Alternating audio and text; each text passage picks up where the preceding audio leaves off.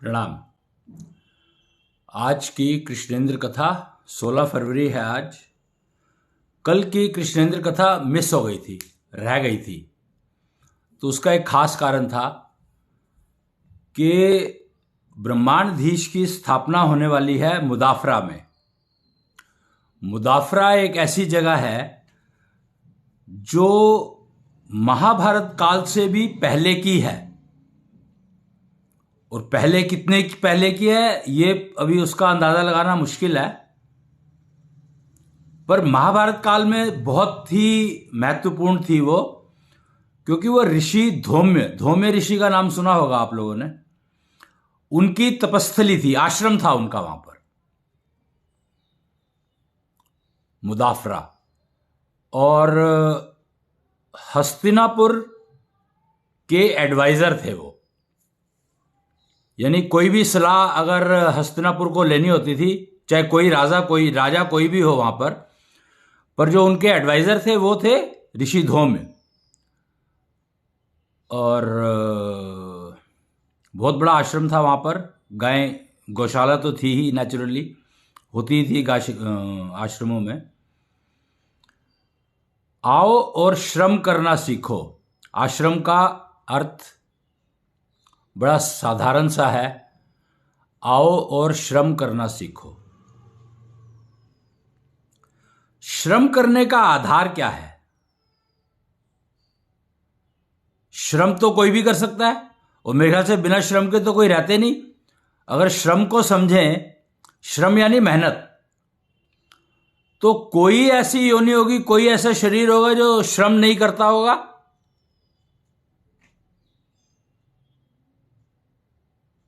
अब ये क्या मतलब हुआ इस बात का कि करता होगा? श्रम के बिना इंसान रह नहीं सकता। श्रम के बिना इंसान रह नहीं सकता। बाकी जानवरों का, बाकी योनियों का मुझे पता नहीं है इतना, पर मेरे ख्याल से बिना श्रम के कोई भी नहीं रह सकता। श्रम सिर्फ वही नहीं करता जो शरीर छोड़ देता है। मतलब शरीर श्रम करता है या, अच्छा यहां पर इशू एक कई सारे ये हो गए कि श्रम शरीर करता है क्या? श्रम करता कौन है? तो ना, इसका आधार समझने के लिए हमें कुछ सवाल हैं, पहले वो समझने पड़ेंगे।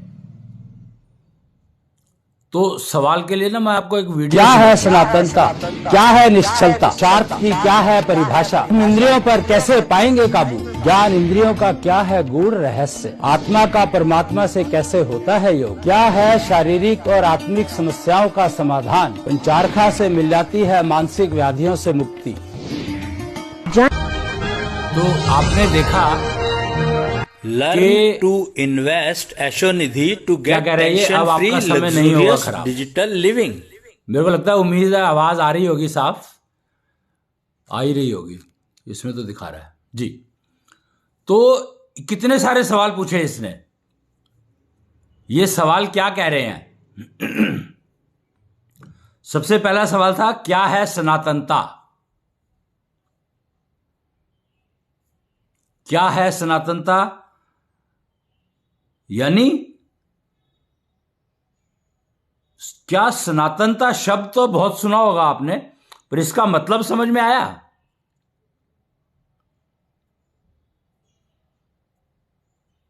सनातनता का मतलब है जिसका अंत नहीं होता, अनंत। जिसका अंत नहीं होता, अनंत जिसको कहते हैं। तो एक वो मेडिटेशन में ना एक वो आता है कि एक शायद वन ऑफ द टारगेट्स के अपना विस्तार करो, यथा पिंडे तथा ब्रह्मंडे। मेडिटेशन क्यों करते हैं? मेडिटेशन यानी ध्यान लगाना। क्या ये दोनों एक ही चीज हैं? तो मुझे लगता नहीं है कि एक ही चीज है। मेडिटेशन यानी समाधि, और ध्यान लगाना यानी कोई भी काम करो तो ध्यान से करना ही पड़ेगा, नहीं तो एक्सीडेंट होने के चांसेस बढ़ जाएंगे।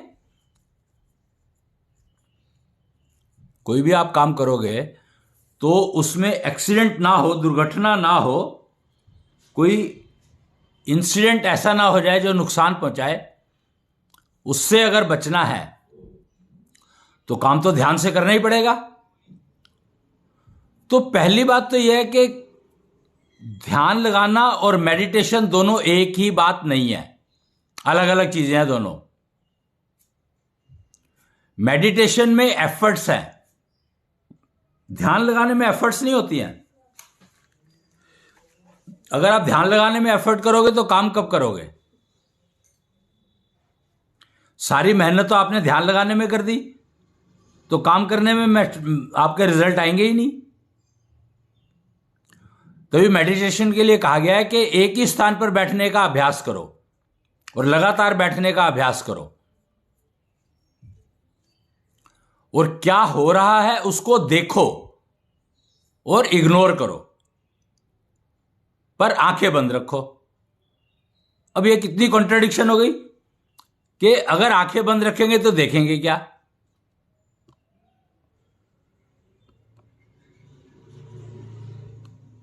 तो इसका मतलब है कि मेडिटेशन शब्द में कुछ तो झोल है, कहीं ना कहीं कोई तो पंगा है, कोई समस्या है कि वो कहता कुछ है, करवाता कुछ है और बताता कुछ है और परिणाम कुछ और आता है।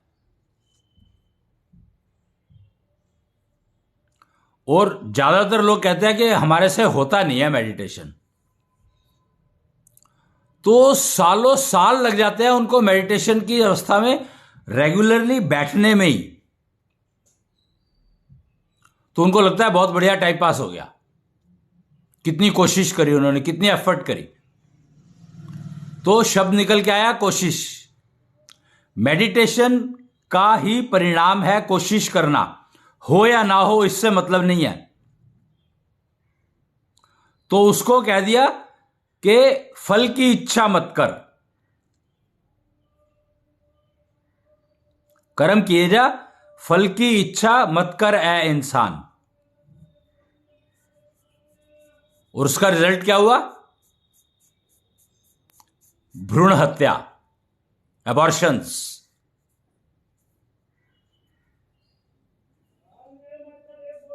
कर्म किए जा, फल की इच्छा मत कर, वो फल आ गया। अब हर कर्म का फल तो आएगा ही आएगा। जो चीज निश्चित है, पक्की है कि कोई भी कर्म करो उसका फल आएगा ही आएगा।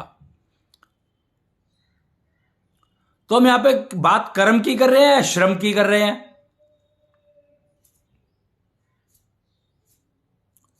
अब ये समस्या होगी कि हम लोग बात कर्म की कर रहे हैं, श्रम की कर रहे हैं।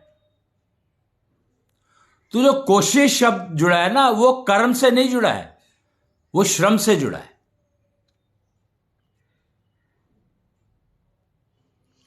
और श्रम तो किसी काम का है ही नहीं, जो बिना श्रम किए आदमी इंसान रह ही नहीं सकता। जो बिना श्रम किए इंसान रह ही नहीं सकता, तो उसके बारे में क्या बात करनी? हो तो ऑब्वियस है, करेगा ही करेगा। तो हम श्रम करने के लिए तो इतनी एफर्ट्स करते हैं अपने लिए, क्योंकि हमें यही नहीं पता कि श्रम जो है वो शरीर करता है या मन करता है या आत्मा करती है। और कंपोनेंट भी तो इतने सारे हो गए। तो श्रम करता कौन है?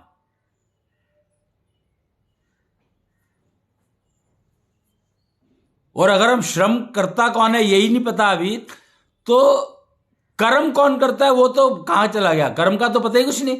तो हम लोग कर्म की बात कर रहे हैं, श्रम की बात कर रहे हैं। कोशिश शब्द कर्म से किसी भी कंडीशन में नहीं जुड़ा, किसी भी हालत में नहीं जुड़ा।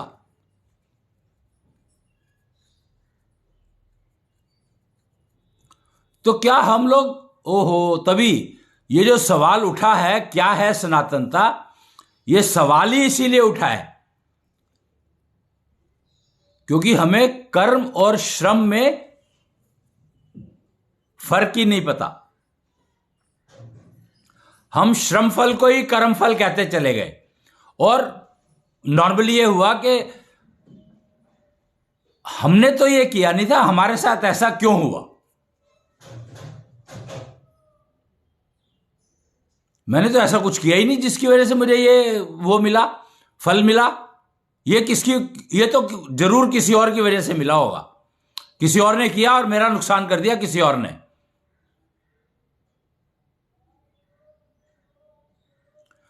तो कोई और आपका नुकसान तो तब करेगा ना जब आप उसको पता होगा कि आपसे, आपके पास से आपका क्या नुकसान। पहली बात तो दूसरा आपका नुकसान करके आ सकता है। सबसे ज्यादा नुकसान तो आप तो अपना खुद कर सकते हो, दूसरा तो फिर भी थोड़ा बहुत करेगा, कर सकता है।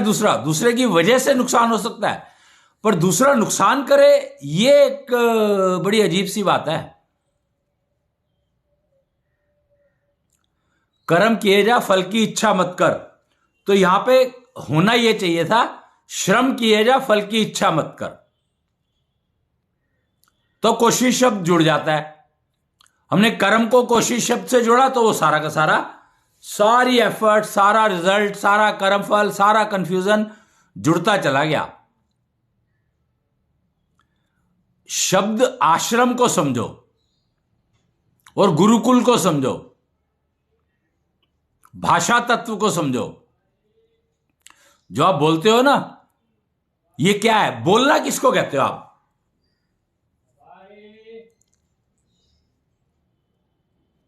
तो बोलना भी श्रम की श्रेणी में आता है। श्रम जो है बोलने से शुरू होता है और खत्म कहां होता है पता नहीं लगता, कुछ खत्म होता ही नहीं शायद कभी। श्रम तो कभी खत्म होता ही नहीं। आप बच्चा पैदा होता है तो पेट में लात मारने लगता है मां को, तो कहते हैं देखो ये कर रही है, क्या कर रहा है, पूछती है वो क्या हो रहा है ये। अगर उसको समझ आ जाता है तो पता लग जाता है, 3-4 बच्चे हो जाते हैं तो पता लग जाता है उसको कि अंदर ही कुछ हो रहा है। तो श्रम तो पेट में आने से ही शुरू हो जाता है और मरने तक रहता है। और बोलना एक श्रम की श्रेणी में ही आता है। बोलना, उससे पहले कुछ आता है क्या श्रम? मान लो जब बोलना शुरू नहीं किया मैंने, पेट में है तो पेट में तो हम बोल तो रहे नहीं कुछ भी, तो बोलते होंगे यार। वो लात मार रहा है, शायद बोलने का रिजल्ट ही होगा कुछ ना कुछ। वो बोलना चाहता है पर मुंह से नहीं बोल पा रहा, लात मार के बोल रहा है।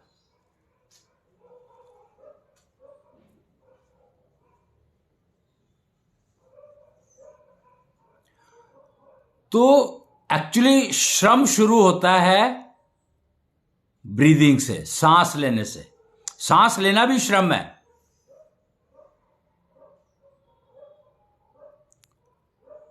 सांस लेना भी श्रम है।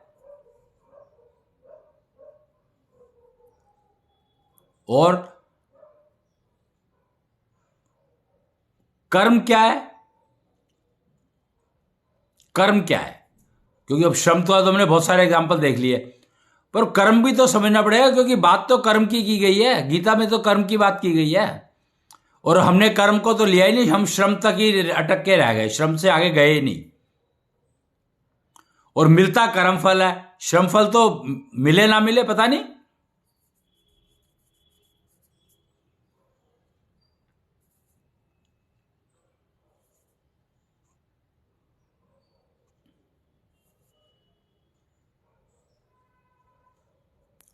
तो एक ये आप विजुअल देख रहे होगे, इसमें ना लेफ्ट साइड में ऊपर कुछ लिखा हुआ है, सनातनता की यही है पहचान, करे भविष्य का खुद निर्माण। वो भविष्य की चिंता करोगे तो वर्तमान सुधरेगा। और ये तत्व गुरु जी कह रहे हैं, मैं तो बता रहा हूं सिर्फ, लिखा हुआ है नीचे।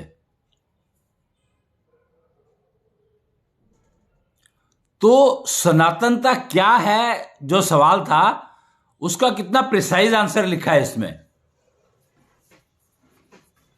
कि सनातनता की पहचान एग्जैक्टली इंसान के लिए क्या है, कि अपने भविष्य का खुद निर्माण करें। यानी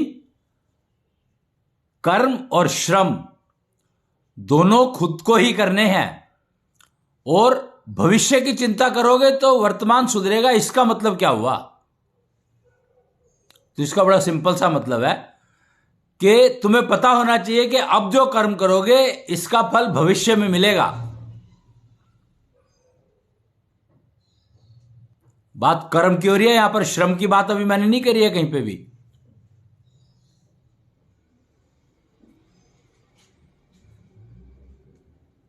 तो इसका भविष्य में फल मिलेगा, तो भविष्य में वो फल चाहिए कि नहीं चाहिए ये पता होना चाहिए, और यही है सनातनता की पहचान। और भविष्य की चिंता मतलब भविष्य में मुझे ये फल मिलेगा तो इस फल को मैं समझ लूं कि भैया क्या मिलेगा, फिर डिसाइड करूं कि ये कर्म करना है कि नहीं करना। तो वर्तमान मेरा सुधर जाएगा अपने आप ही, क्यों मुझे पता लग गया यार अगर मैं ये कर्म करता हूं और ये श्रम करूंगा तो इसका भविष्य ये होगा। तो मुझे डिसाइड मैं आज कर लेता हूं कि भैया मुझे ये कर्म करना है कि नहीं करना है।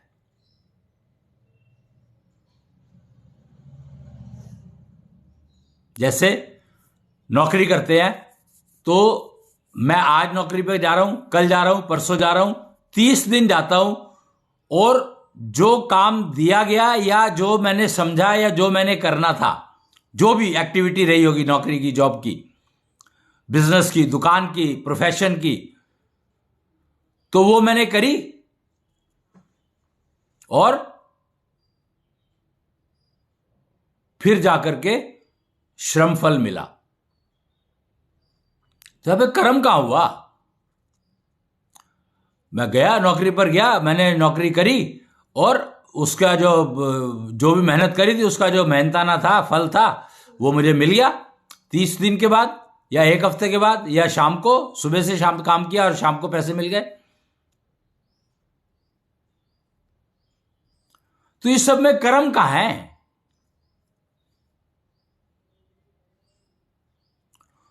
तो इस सब में हर पॉइंट पे कर्म है।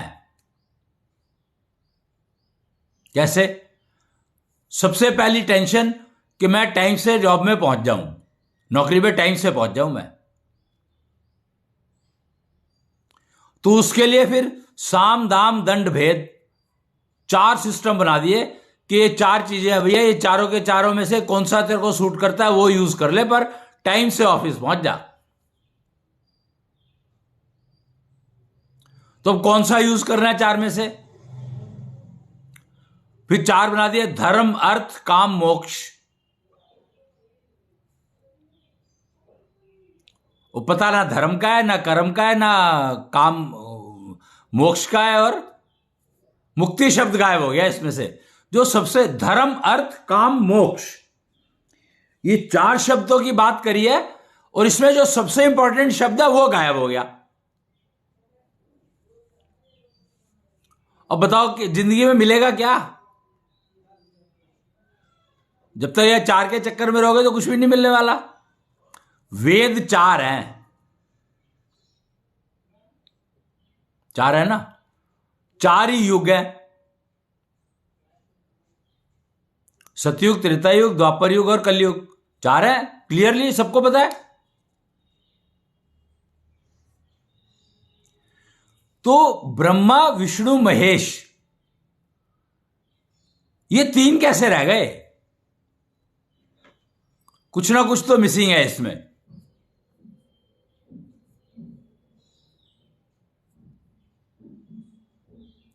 तो चौथा है विश्वकर्मा।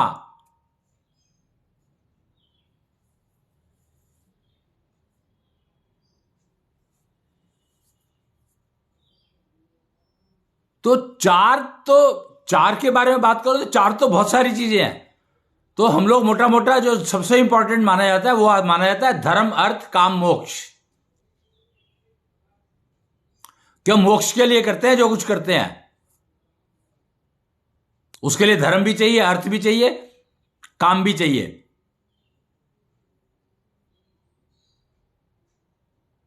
और धर्म शब्द की व्याख्या क्या है इस बारे में बहुत कंफ्यूजन है,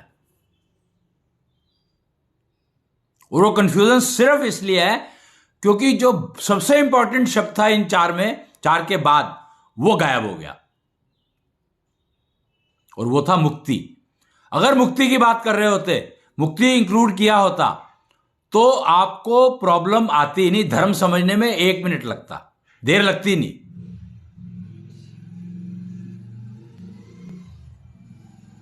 क्या है सनातनता था पहला शब्द, सवाल दूसरा था क्या है निश्चलता। तो निश्चलता का समझ में तभी आएगा जब आप मुक्ति शब्द को समझोगे। वो मुक्ति शब्द क्या है, अगर मुक्ति शब्द को समझ लो तो वो चारों बेकार हो गए, उन चारों का कोई मतलब ही नहीं रहा। तो यहां पे तुम्हें एकलव्य को समझना पड़ेगा कि द्रोणाचार्य ने एकलव्य का अंगूठा मांग लिया था। क्यों? तो एकलव्य टेक्नोलॉजी एक्चुअली बता रही है कि मुक्ति शब्द सबसे इंपॉर्टेंट है। तो एकलव्य को मुक्ति दी थी द्रोणाचार्य ने, और द्रोणाचार्य को गाली देते हैं एकलव्य का अंगूठा काट लिया गुरु दक्षिणा में।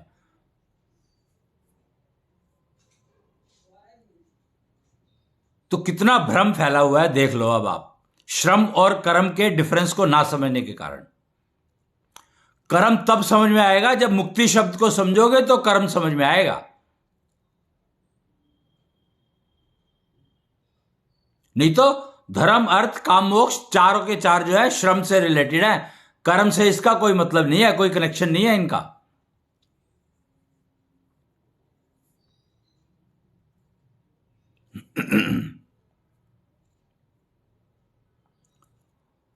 तो मुक्ति शब्द को समझना है हमें, और इस ज्ञान कुंभ में मुक्ति को ही हम लोग समझेंगे।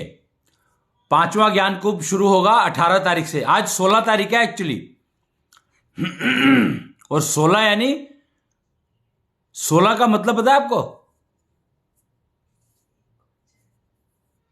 16 का मतलब है कृष्ण 16 कला संपूर्ण थे। चंद्रमा की 16 कलाएं होती हैं। फरवरी का महीना चल रहा है तो फरवरी का महीना चंद्रमा का महीना होता है। कृष्ण और कृष्णांश परफेक्ट 28 दिन।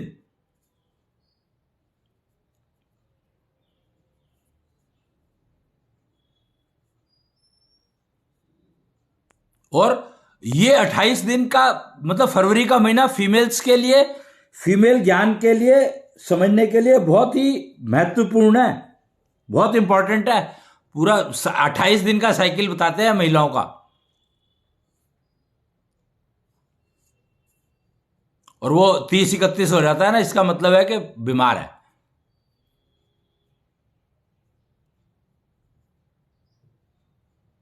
समस्या है। तो बात 16 तारीख की हो रही थी, और समुद्र मंथन में 16 ही वो निकले थे अवयव, और क्या क्या निकला था देख लो। 2-4 मुझे याद होंगे, सारे याद नहीं है मेरे को, क्योंकि मेरे को समुद्र मंथन से कोई लेना देना नहीं। पर 16 शब्द आया तो 16 के हिसाब से तो समझना ही पड़ेगा।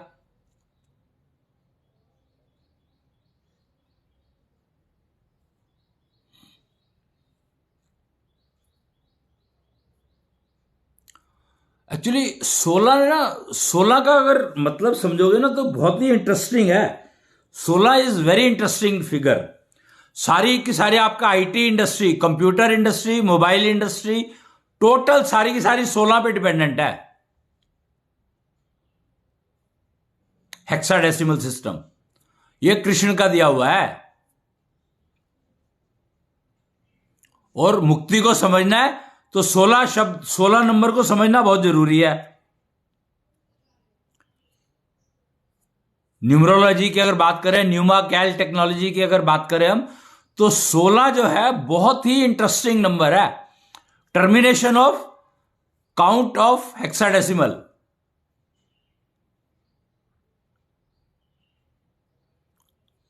और 16 में मैं आपको बताऊं क्या क्या आता है। आपके शरीर के 3 बीज आ जाते हैं, 5 बीज होते हैं।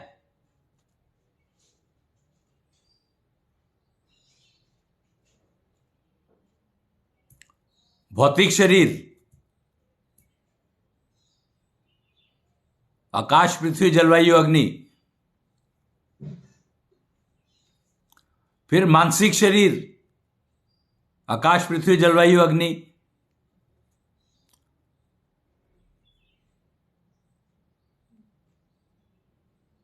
फिर आपका स्वभाव, रिएक्शन कैसे करते हो, अगेन आकाश पृथ्वी जलवायु अग्नि। 5 तो 5 ही रहेंगे। तो ये 15 हुए। इसमें 16वां क्या है?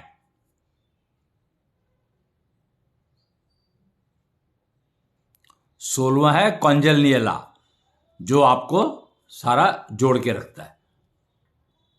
एक शरीर में इन सारे बीजों को इकट्ठा कर रखा है उसने, जीवित शरीर।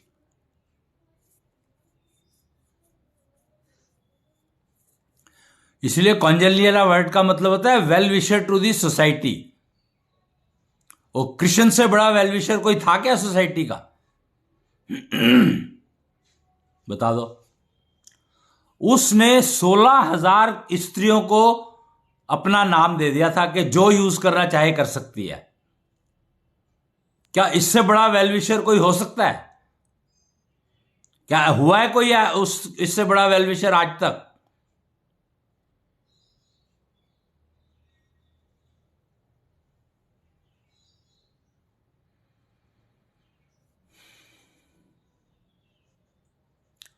तो 16 कला में का मतलब यह है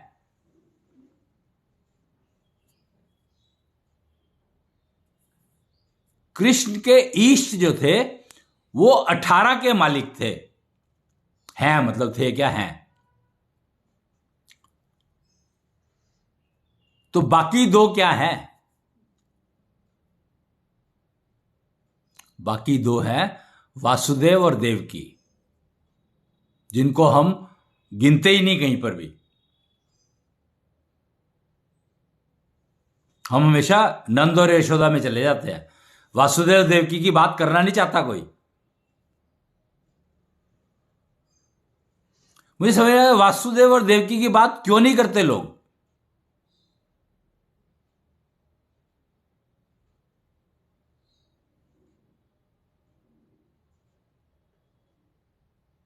और पिता का, इसीलिए ब्रह्मा जी को क्या पिता कहा जाता है ना? क्या कहा जाता है उनको? कुछ तो पिता, कुछ तो कहा जाता है। ब्रह्मा जी को कहा जाता है क्योंकि क्रिएटर वो है। इसलिए वो जन्म और डिलीवरी का जो फर्क बताया था वो इसीलिए बताया था क्योंकि जन्म देता है पिता। तो क्योंकि वासुदेव की बात नहीं करते हम लोग, तो इसीलिए पिता के जो वो है वो किसी को समझ ही नहीं आई कि पिता का रोल क्या है।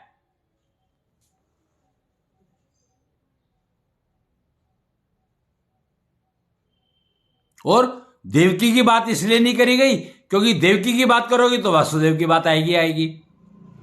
वासुदेव नहीं तो वासुदेव कुटुंबकम का कंसेप्ट या डिजाइन किया था समाजवाद।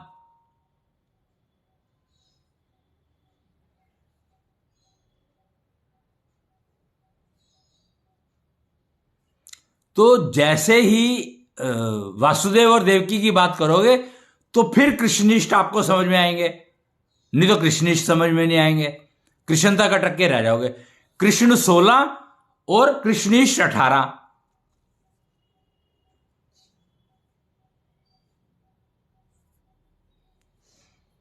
और बिना 18 के बिना तो गुजारा ही नहीं। 18 तो होते ही होते हैं। इंसान तो 18 से बनता है।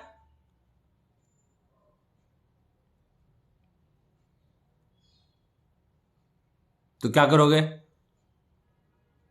तो मतलब वो सवाल तो खड़े ही रह जाएंगे अगर हमने ये समझने की कोशिश, सवाल को जवाब किसी ठीक दिशा में, श्रम की नहीं कर्म की दिशा में समझने की कोशिश करी।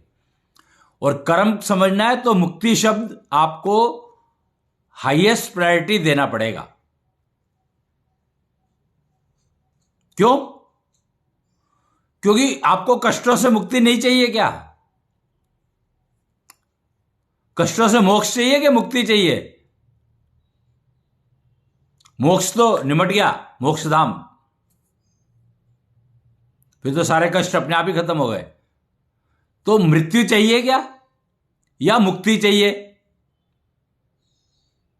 मुक्ति जीवित शरीर में है और मोक्ष मरने पे।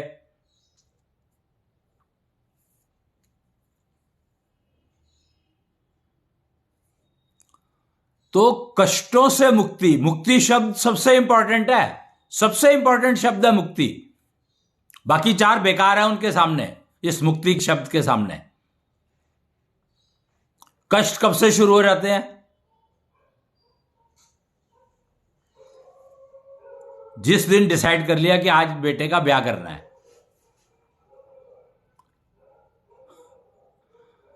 जिस दिन डिसाइड कर लिया पेरेंट्स ने कि मां ने नॉर्मली कि बेटी का ब्याह करना है,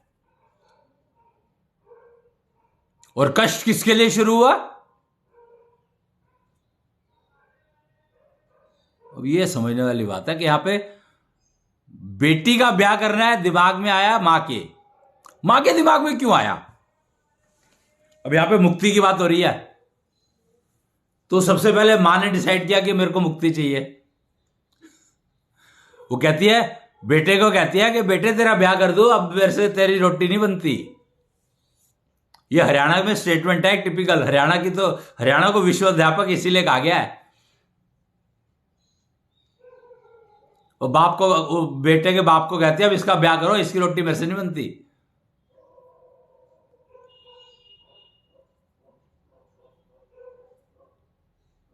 बेटी का ब्याह करो, मुझे मुक्ति चाहिए, इससे संभलती नहीं मेरे से।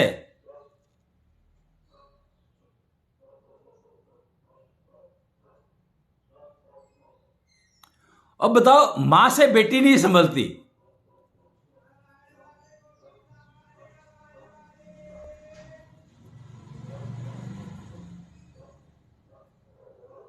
और बेटे का ब्याह करो तो फिर उससे लड़ने के लिए मेरे पास, मतलब अपनी बेटी संभलती नहीं, दूसरे की बेटी ले आओ और फिर सेट हो गया सारा घर। और कैसे सेट होता है तो पता ही है सबको। कॉम्प्लेक्स है मामला, इतना कॉम्प्लेक्स सिस्टम हो गया सिर्फ एक शब्द के मिसिंग होने के कारण। मात्र एक शब्द।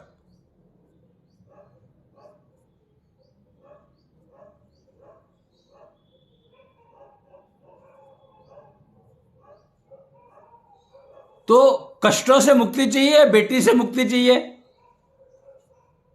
या बेटे से मुक्ति चाहिए?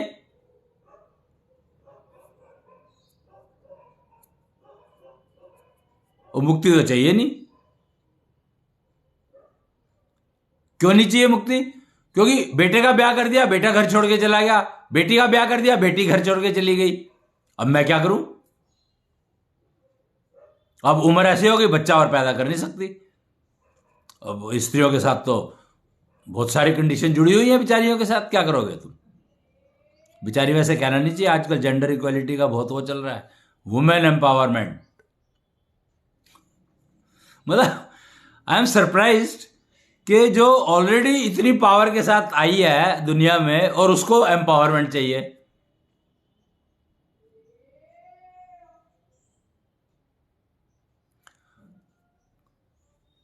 जब तक कृष्ण अपने गोपियों के साथ था, राधा और उसकी सहेलियां और ग्वाले, जब तक उनके साथ था वो बड़ा प्रसन्न रहता था।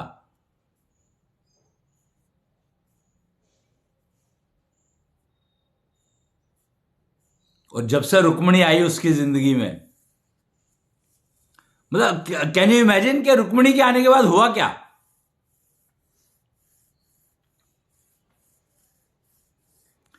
जरा अब गीता को ध्यान से पढ़ो, पर गीता में है ही नहीं कुछ इसके बारे में। मतलब सोचो गीता क्या कहती है, गीता किसके बारे में बात करती है? कमाल है।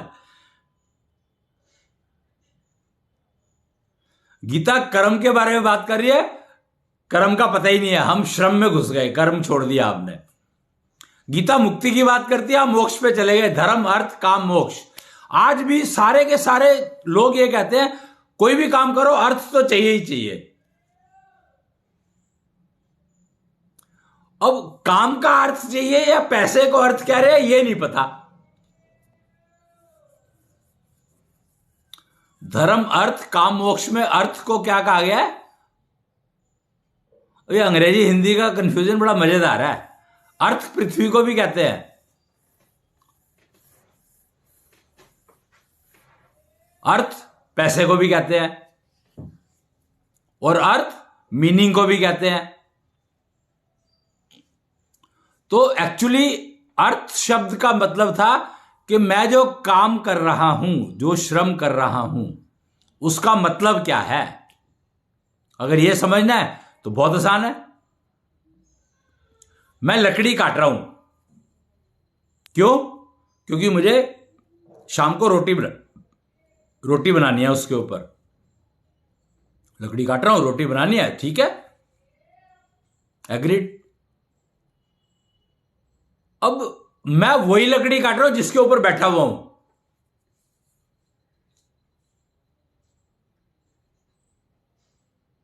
तो रोटी कौन बनाएगा?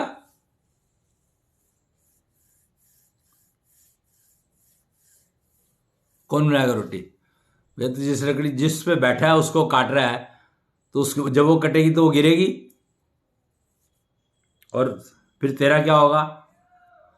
और वो गलती से तेरे सिर पे गिर गई तो रोटी कौन बनाएगा? हाथ पैर टूट गए, कुछ हो गया, कुछ भी हो सकता है, ऊपर कहां से गिरा है, कहां से क्या। तो जब तक आप अर्थ नहीं समझोगे कि लकड़ी काटनी है मुझे, पर यह देख करके काटनी है कि मैं जहां बैठा हूं वो ना काटूं, और जो हरी लकड़ियां वो नहीं काटूं, मैं वो लकड़ी काटूं जो उपयोग की हो जाए, मेरे यूज की हो। तो आश्रम में यही सिखाया जाता था, आओ और श्रम करना सीखो। तो कौन सी लकड़ी काटनी है उसकी पहचान, और उसको काटना कैसे है, नुकसान ना दे किसी को भी।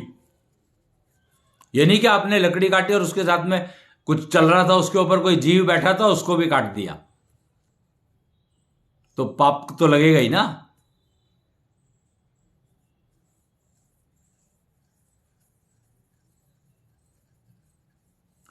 धर्म शब्द का मतलब समझो। धर्म शब्द का मतलब होता है वे ऑफ लिविंग। कॉन्स्टिट्यूशन में कहा गया है।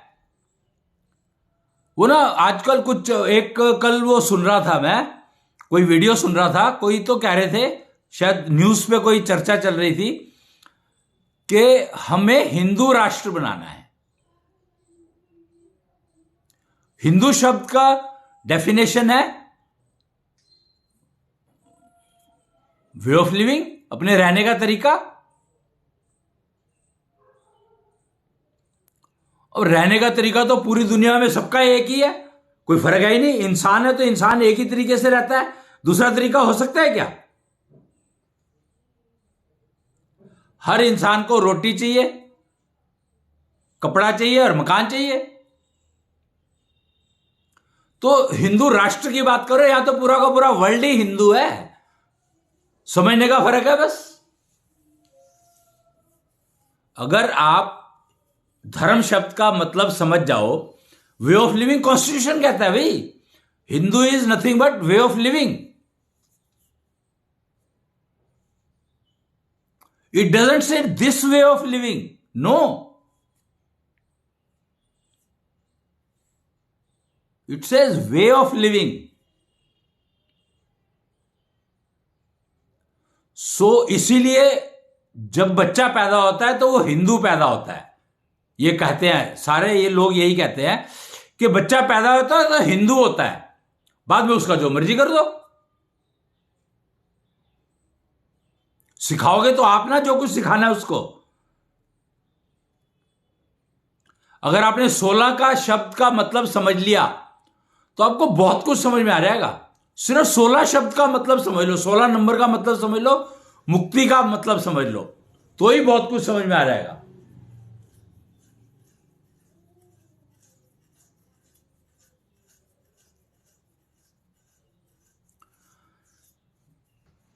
तो जो मुक्ति, यानी मुक्ति का मतलब कष्टों से मुक्ति। अर्थ का धर्म का मतलब हो गया way of living according to the situation. Way of living का मतलब है living according to the situation. आज मैं अगर 20 साल का हो गया, मुझे 4 रोटी की भूख लगती है, तो आई शुड ईट 4 रोटीज। कम खाऊंगा तो मैं काम नहीं कर सकता, ज्यादा खाऊंगा तो मैं काम नहीं कर सकता। कम खाऊंगा तो भी कष्ट, ज्यादा खाऊंगा तो भी कष्ट, नहीं खाऊंगा तो कष्ट है ही।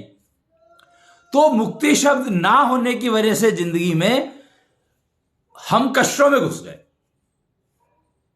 और कष्टों से मुक्ति ढूंढ रहे हैं। इलाज क्या है?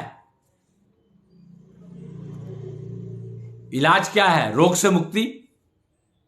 तो रोगों से मुक्ति तो ढूंढ रहे हैं हम, पर मुक्ति शब्द की बात नहीं करते।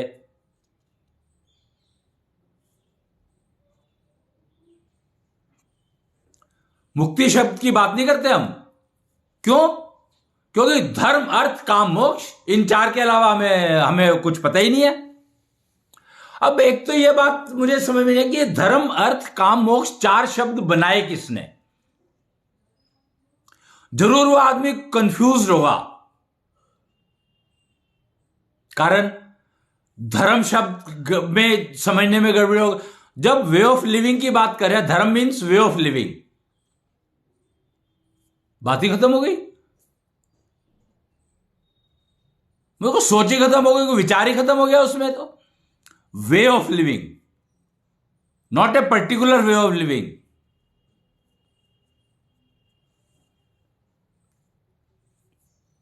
And way of living is geographically dependent, कि जिस जगह पर सेब मिलते हैं वहां पे मैं नारियल पीने लग जाऊंगा तो मेरा क्या होगा? सुसाइड किसको कहते हैं पता है? लोग कहते हैं सुसाइडल टेंडेंसी डेवलप हो रही है टीनेजर कम्युनिटी में। तो टीनेजर कम्युनिटी में सुसाइडल टेंडेंसी डेवलप होने का मूल कारण ही यही है कि मेरे यहां पर नारियल मिलते हैं और मैं सेब खाना चाहता हूं।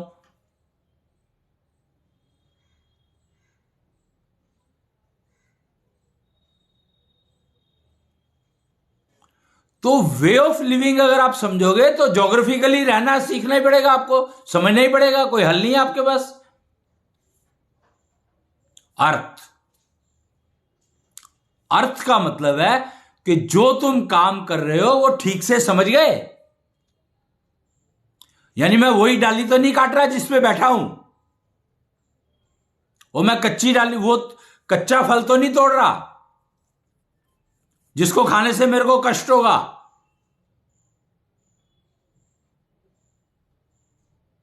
वैसे हमें कष्टमुक्त जीवन चाहिए, कष्टमुक्त मृत्यु चाहिए। आजकल तो एक नया ही ट्रेंड शुरू हुआ है।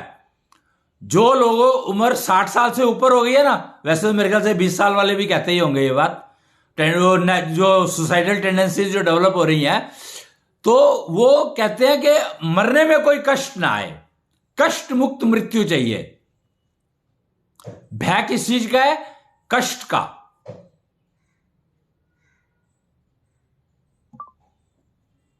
कि मुझे कष्ट ना आ जाए कोई।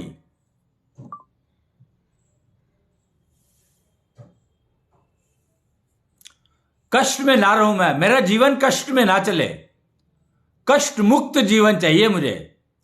तो मुक्त शब्द तो हर जगह जुड़ा हुआ है। तो मुक्त शब्द अगर आपको हर जगह जुड़ा हुआ समझना है, मतलब जुड़ा हुआ है तो उसको समझना है, तो आपको अर्थ का मतलब समझना पड़ेगा। और अर्थ का मतलब है कि जो आप काम कर रहे हो वो आप ठीक से समझ गए।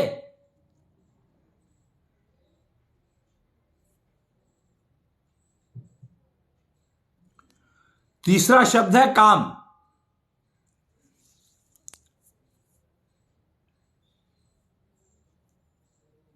काम क्या है? अब काम शब्द क्या है? बहुत सिंपल है। पेड़ को काटना, लकड़ी काटना। काम इज श्रम, मेहनत करना। तो जहां पर भी मेहनत दिख रही है आपको करते हुए, तो इसका मतलब वो काम है।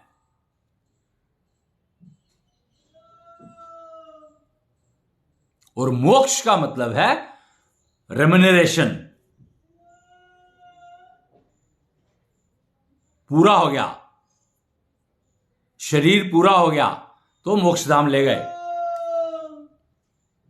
प्रोजेक्ट पूरा हो गया यानी प्रोजेक्ट को मोक्ष मिल गया, मुझे नहीं, प्रोजेक्ट को मोक्ष मिल गया।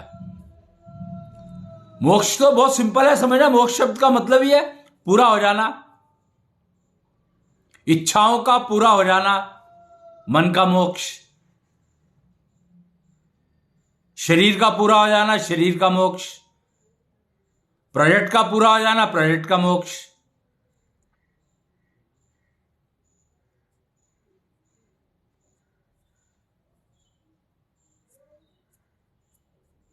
जिस दिन विवाह हो गया उस दिन फ्रीडम का मोक्ष।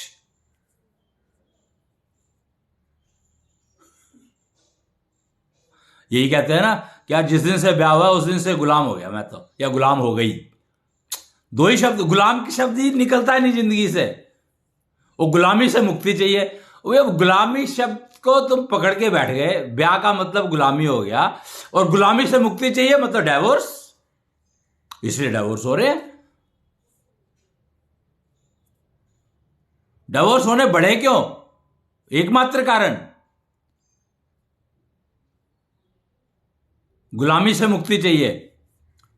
इसीलिए तो कहा विवाह हो गया मतलब फ्रीडम से मुक्ति।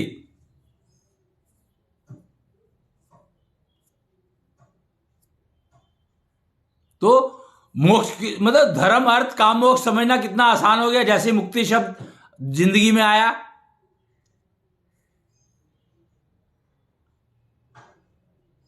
जैसे ही मुक्ति शब्द जिंदगी में आया तो धर्म अर्थ काम मोक्ष की डेफिनेशन ही क्लियर हो गई, एकदम डाउट ही सारे खत्म हो गए।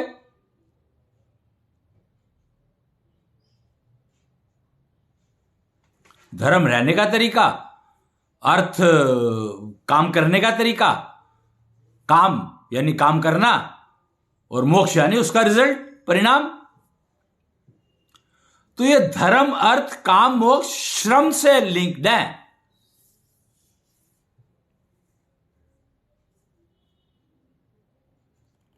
ना कि कर्म से। और कर्म से लिंक है मुक्ति। इसीलिए हमें कर्म फल का मतलब समझ में आया नहीं। गीता ने जो कर्म फल का मतलब बताया वो समझ में आया नहीं। हमने ये समझा कि कहा गया है गीता में कि कर्म किए जा, फल की इच्छा मत कर ऐ इंसान। यही है ना? या दूसरा एक और मतलब भी आता है वैसे इसका समझ में, कहते तू कर्म कर और फल भगवान को अर्पित कर दे। तो भगवान जी ने सबके घर में अर्पित पैदा करने शुरू कर दिए। मतलब भगवान जी छोड़ते नहीं है, वो बदला बहुत जबरदस्त लेते हैं। आपको पता नहीं है भगवान जी का भगवान जी बदला बहुत लेते हैं, हर चीज का बदला लेते हैं। वो एक ऐसा एंटिटी है जो हर चीज का बदला लेती है और ब्याज समेत वापस देती है, ब्याज समेत। तो उसको ना फल अर्पित मत करा करो भैया, वो फल को ना पता नहीं क्या करे। कमाल है यार। आप एक पेड़ को समझो यार, भगवान को समझना है तो आप पेड़ को समझो। आप एक बीज बोते हो,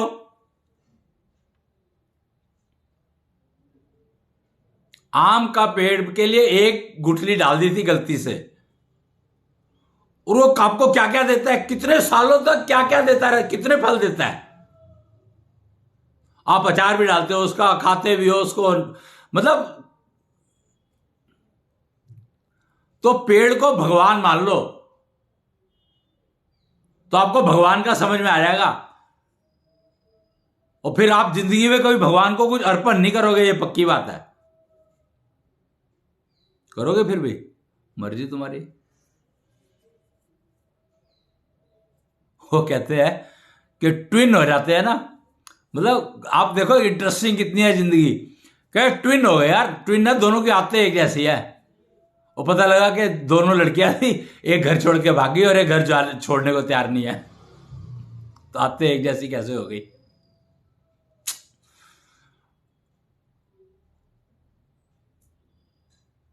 पेड़ के ऊपर तो ना एक मतलब कमाल की जिंदगी है लोगों की, बना ली लोगों ने कि 4 शब्दों के जाल में उलझ के। मैंने जो पेड़ लगाया ना, दशहरी आम का पेड़ लगाया था, फिर मुझे लगा नहीं यार लंगड़ा खाना चाहिए, और लंगड़े का पेड़ लगाऊंगा तो और 5 साल लगेंगे। तो लंगड़े की कहीं से वो लेके आ गया कलम काट के, और दशहरी में डाल दिया उसने। मतलब मुझे हैरानी होती है कि हम कर क्या रहे हैं। और दशहरी का धर्म अलग है और लंगड़े का धर्म अलग है। तो हमने धर्म को समझा, धर्म तो अलग अलग होता है भैया।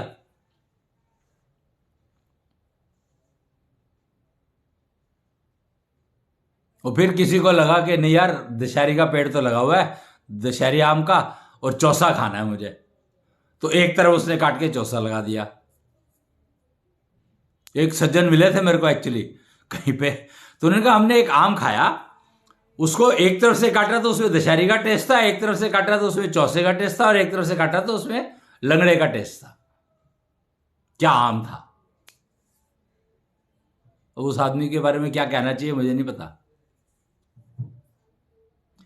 उसने 3 आम खाता तो 3 टेस्ट उसको अलग अलग पता लगते, पता तो होंगे ही, तभी उसने डिफाइन किया। एक ही आम में तीनों टेस्ट खा लिए तो फिर तो उसके बेचारे की जिंदगी में 3 की जगह 1 ही रह गया।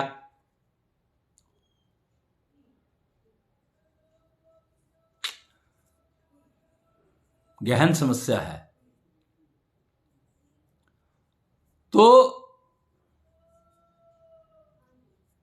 आज से ही डिसाइड कर लो, 16 से काम नहीं चलेगा, 18 पे जाना है, कम से कम 18 पे तो जाना ही है। ये 2 जो है गायब, पता है क्यों हो गए? क्योंकि एक शब्द है जेंडर कॉन्ट्राडिक्शन।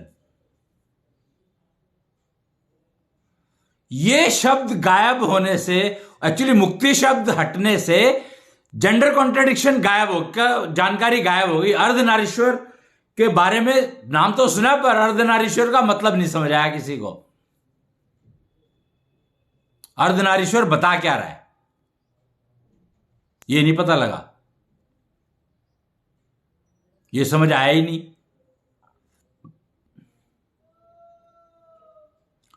तो धर्म अर्थ काम मोक्ष में ऐसे फंस गए कि ना तो हम धर्म से बाहर निकल पाए। धर्म ही कितने तरह के हो गए ज्योग्राफिकली। वो अगर हम भारत देश को समझें तो कहते हैं कि हर 10 किलोमीटर में भाषा बदल जाती है। हर 10 किलोमीटर में भाषा बदल जाती है। 400 भाषाएं हैं भारत में। 10 किलोमीटर है या 10 मील है, मुझे पता नहीं क्या कहते हैं।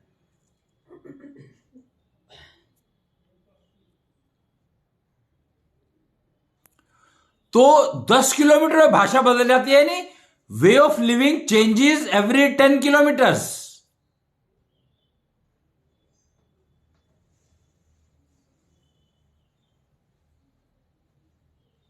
तो धर्म तो हर 10 किलोमीटर के बाद बदल ही गया। इसलिए वो है रिलीजन। तो हर 10 किलोमीटर में जो भाषा बदलती है यानी रिलीजन बदल जाता है, धर्म नहीं बदलता।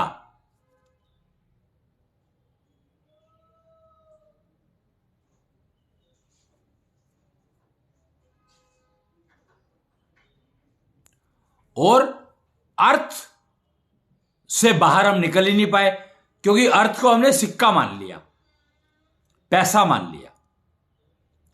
जबकि पैसे से कोई काम होता, एक भी काम बता दो मेरे को जो पैसे से होता हो, एक भी काम, गिव मी वन एग्जांपल जो काम पैसे से होता हो।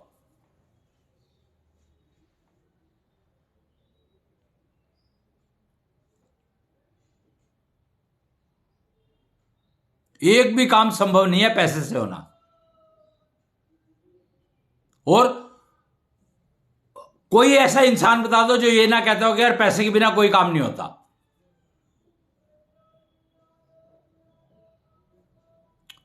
आप सांस लेते हो, पैसा चाहिए उसके लिए।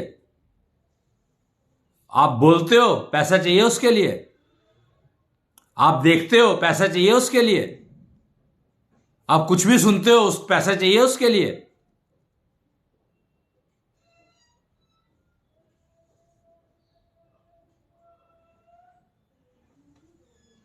नहीं चाहिए।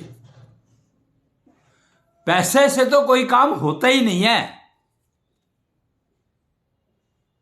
और काम का अगर अर्थ समझ लो तो फिर सारे काम हो जाएंगे आपके। कि भैया मेरे को कच्ची डाली नहीं काटनी, क्योंकि वो लकड़ी जलेगी नहीं, और जलेगी नहीं तो रोटी नहीं बन सकती उसके ऊपर। तो सूखी लकड़ी काटनी है। वो लकड़ी नहीं काटनी जिसके ऊपर मैं बैठा हूं।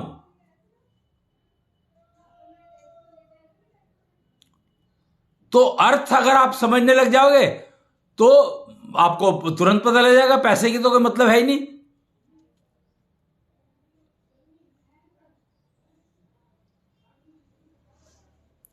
अनाज, क्या अनाज खरीदने के लिए पैसा चाहिए? भैया अनाज चाहिए किस लिए तुम्हें? खाएंगे क्या? दुनिया भर का सामान लगा हुआ है।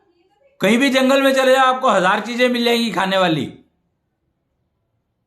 पर क्योंकि अर्थ नहीं समझ में आया हमें, हमने ये समझने की कोशिश नहीं करी कि कौन सी चीज खाने लायक है, कौन सी चीज खाने लायक नहीं है।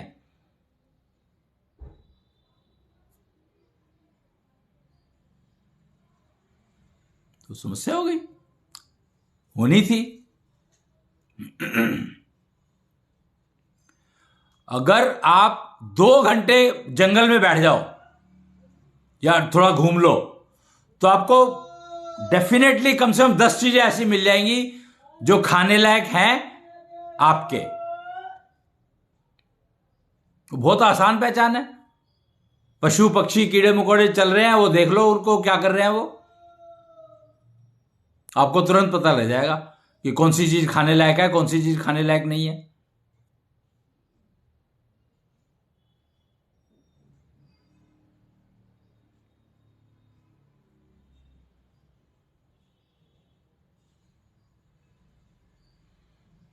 तो धर्म, अर्थ, काम। काम का मतलब है कि आपको कौन सा काम करना है, कैसे करना है। इंप्लीमेंटेशन की बात आ गई यहां पर। दिस काम मीन्स इंप्लीमेंटेशन।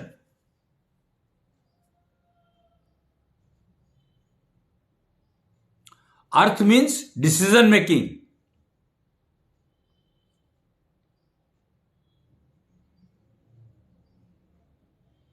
धर्म मीन्स समझना। समझोगे तो फिर डिसीजन लोगे और फिर काम करोगे और फिर उसका परिणाम मिलेगा। कितना सिंपल है। इसमें कोई समझने वाली, मतलब ना समझने वाली कोई चीज है ही नहीं।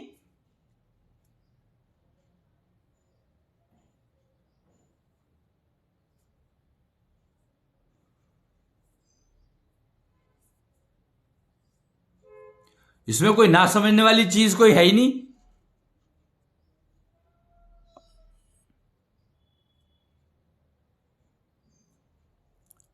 अब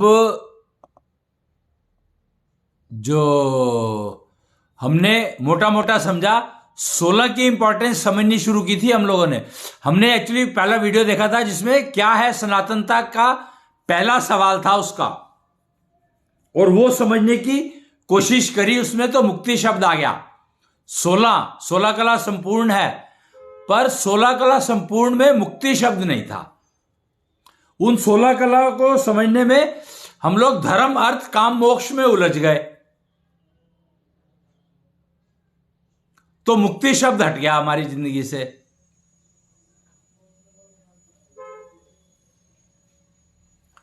और उससे हुआ क्या, हम लोगों ने शून्य से गिनती शुरू कर दी। काउंट जो करते हैं ना हम 0 से करते हैं, जो कि बहुत ही ज्यादा, बहुत ही गलत रास्ता पकड़ लिया हम लोगों ने। शून्य से कोई काम शुरू नहीं होता, 1 से होता है। शून्य पर खत्म होता है।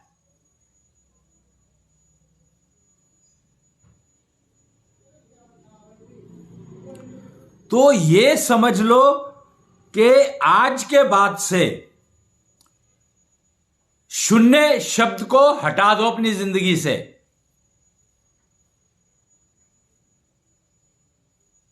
योग एंड योगा दो शब्द हैं। तो जब आप शून्य से शुरू करोगे तो योगा से बाहर नहीं निकल सकते, योगा में ही अटके रह जाओगे।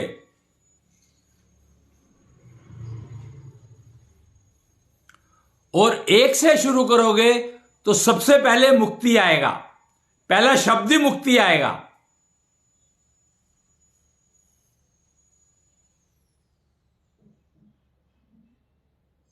शून्य से शुरू करोगे तो गोल गोल घूमते रह जाओगे, कुछ भी नहीं मिलेगा, कोई रिजल्ट नहीं मिलेगा, कोई परिणाम नहीं मिलेगा, कुछ भी नहीं मिलेगा। एक्चुअली दुनिया में ना गोल कुछ होता ही नहीं है।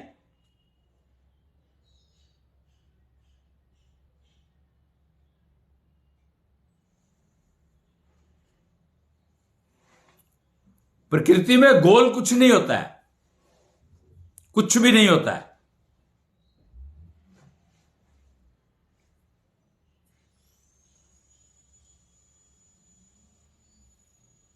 तो शून्य से शुरू नहीं करना, एक से शुरू करना है। महीना एक से शुरू होता है कि नहीं होता? आप कैलेंडर सिस्टम को ही समझ लो यार, उससे से पता लग जाएगा आपको। घड़ी एक से शुरू होती है कि नहीं होती? क्या कोई घड़ी शून्य से शुरू होती देखी है आपने? कैलेंडर में डेट एक से शुरू होती है कि नहीं होती है? तो जिंदगी में शून्य आ कहां से गया?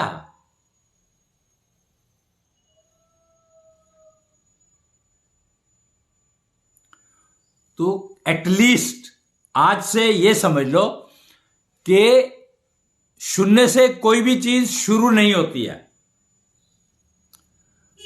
क्यों? क्योंकि ग्रेविटी, शून्य की ग्रेविटी इतनी ज्यादा होती है कि वो कुछ छोड़ता ही नहीं है। ब्लैक होल को समझो, ब्लैक होल क्या होता है? शून्य को समझना है तो ब्लैक होल। तो क्या आप ब्लैक होल में जाना चाहोगे? ब्लैक होल मतलब नष्ट कर देता है, सब चीजों को खा जाता है, खत्म कर देता है, नष्ट कर देता है। मुक्त नहीं करता, नष्ट करता है। नष्ट होने में और मुक्त होने में फर्क है। तो ब्लैक होल नष्ट करता है।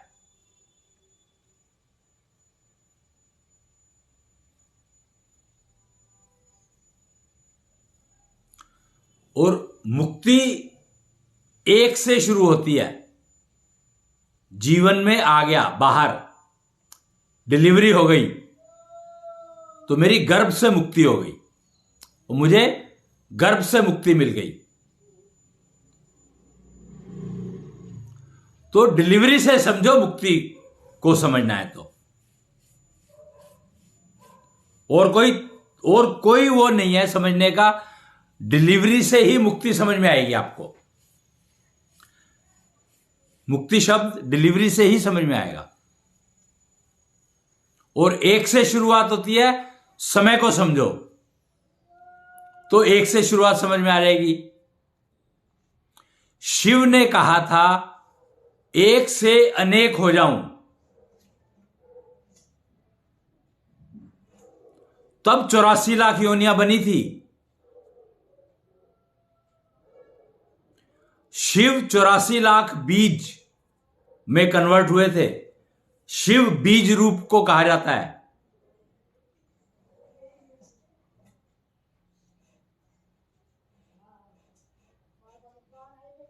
तो शिव को समझो,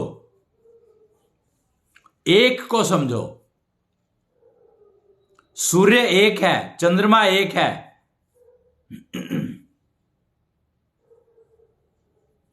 और हमारे कंफ्यूजन ने पता नहीं कितने कितने वो बना दिए, क्या क्या बना दिया, तो पता ही नहीं है, कुछ नहीं पता हमें। अगर हम एक से समझने की कोशिश शुरू कर देंगे तो जिंदगी बहुत बढ़िया हो जाएगी। एक बीज डालते हो तो वो कितने फल देता है।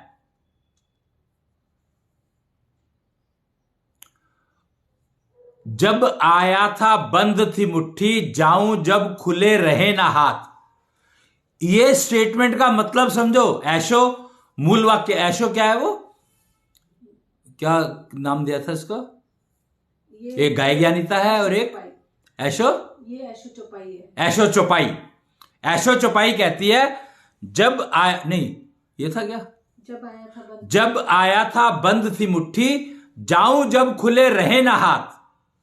अगर इस शब्द का, इस स्टेटमेंट का मतलब समझो कि आप एक बीज डालते हो और लाखों फल मिलते हैं उससे, इसलिए हाथ खुले रह जाते हैं। किसी ने आपको बहका दिया कि खाली हाथ आए थे, खाली हाथ चले गए। कितना बड़ा कंफ्यूजन है। बंद, जब आपके मुट्ठी में एक ही बीज था, आपकी मुट्ठी में क्या था? एक ही बीज था, और जब गए आप तो लाखों बना लिया आपने।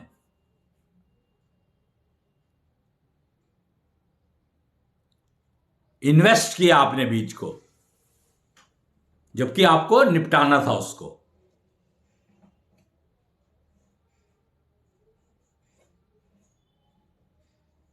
जो लाया था खर्च है करने, बढ़े ना मातुम देना साथ।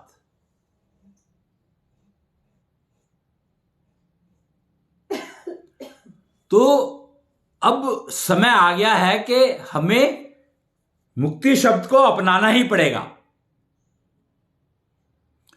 और धर्म अनुसार काम करना है।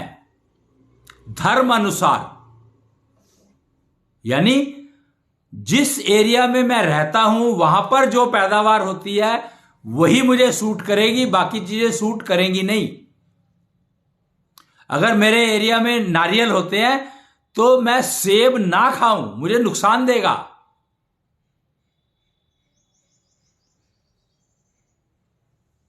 और अगर मेरे एरिया में सेब होते हैं तो मैं नारियल ना खाऊं, अगर नारियल नहीं होते हैं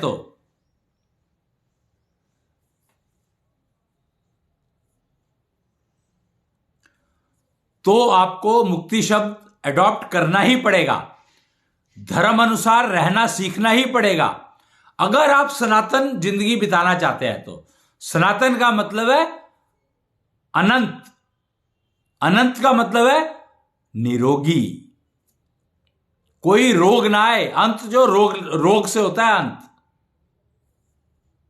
कष्टों से, कष्ट मुझे कष्ट ना आए, कष्ट ना आए मुझे, तो यह समझना ही पड़ेगा। तो आज का सत्र मुझे यहीं समाप्त करना पड़ेगा, मजबूरी है, क्योंकि समय हो गया है। 1 घंटे से ज्यादा हो गया, आज टाइम थोड़ा सा ज्यादा ले लिया शायद मैंने, तो कोई बात नहीं। अब मेरे पास तो टाइम वेला आदमी में, आपको नहीं सुनना मत सुनना, बाद में सुन लेना, आपकी मर्जी। तो गाय ज्ञानिता गा करके हम लोग सत्र की समाप्ति करते हैं। तो हम गाय ज्ञानिता का पाठ करेंगे और 18 तारीख से कुंभ शुरू हो रहा है, ज्ञान कुंभ। व्यवहार ज्ञान, मुक्ति, एक्चुअली व्यवहार ज्ञान मिसिंग है टोटली अभी वर्ल्ड में। व्यवहार ज्ञान चाहिए ही चाहिए और उसका आधार है मुक्ति शब्द, ये समझ लो। तो अब की बार का ज्ञान, व्यवहार ज्ञान चलेगा महाकुंभ में। अब की बार के 5वें ज्ञान कुंभ में हम लोग व्यवहार ज्ञान की चर्चा करेंगे। अब गाय ज्ञानिता का पाठ करेंगे हम लोग। इतनी शक्ति हमें दे न माता, मन पे विश्वास कमजोर ना हो। इतनी शक्ति हमें दे न माता, मन पे विश्वास कमजोर ना हो। अनेक रस्तों में है एक रास्ता, भूल कर भी कोई भूल ना हो। तो ये जो एक रास्ता है, यही है मुक्ति का रास्ता। इसी को समझना है हमें, इसी पर चलना सीखना है, तभी व्यवहार ज्ञान आएगा हमारे को। और जब व्यवहार ज्ञान आएगा तभी हम अपने जीवन का पूर्ण उपयोग कर पाएंगे। तो आज के लिए इतना ही। जय कृष्णेंद्र।